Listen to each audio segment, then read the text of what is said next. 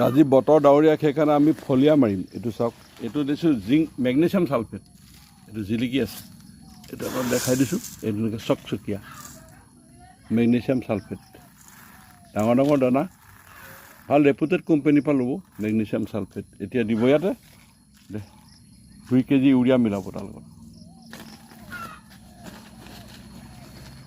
2 KG urea.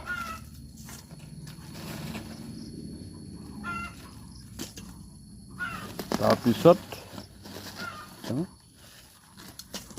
2 KG হৈ যাব নেকি? হৈ যাব, প্ৰায় 2 কেজি হৈছে। এতিয়া এয়া চাওক, জিংক ছালফেটটো খুলিলে এতিয়া মই ঢালি দেখুৱাম আপোনালোকক। এইটো জিংক ছালফেট, এইটো 1 কেজি।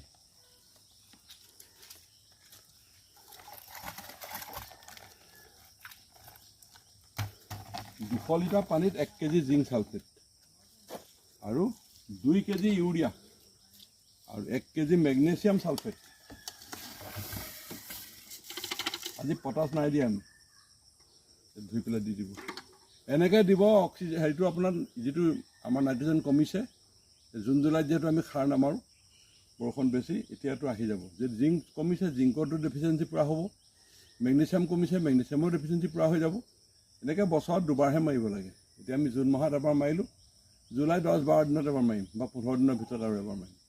ফলিয়াতকৈ বেছি মাৰিব নালাগে, বছৰত দুবাৰ।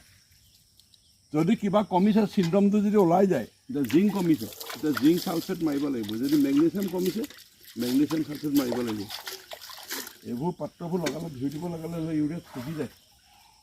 এতিয়া আমাৰ এই ভাগিনাই মাৰিব ভালছে। আজি বতৰ ঠাণ্ডা, একে দেখুৱালোঁ আপোনাক ফলিয়াৰ সম্পৰ্কে। মোৰ ভিডিঅ'টো চোৱাৰ কাৰণে আপোনাক ধন্যবাদ জনালোঁ। আপোনাৰ দিনটো শুভ হওক।